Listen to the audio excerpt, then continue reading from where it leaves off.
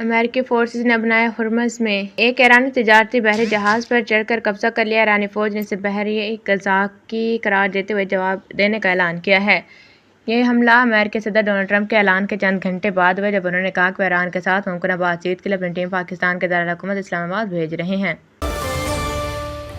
نجی اسکولوں میں پڑھنے والے طلباء کے والدین کو بڑا ریلیف مل گیا۔ اسکول انتظامیہ والدین کو کسی مخصوص دکان یا وینڈر سے خریداری پر مجبور نہیں کر سکے گی۔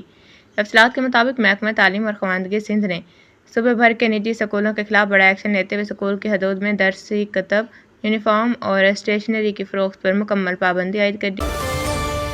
قائداعظم BLF کی خاتون خودکش بمبار کی سہولت کار منظور احمد کی اہلیہ رحیمہ بی بی نے دہشت گردوں کے نیٹ ورک افغانستان میں اپنی پناہ گاہوں سے متعلق اہم انکشافات کیے ہیں۔ رحیمہ بی بی کے مطابق ان کا شوہر ایک نامعلوم خاتون کو گھر لے آیا، اسے مسافر قرار دے کر قیام کرایا۔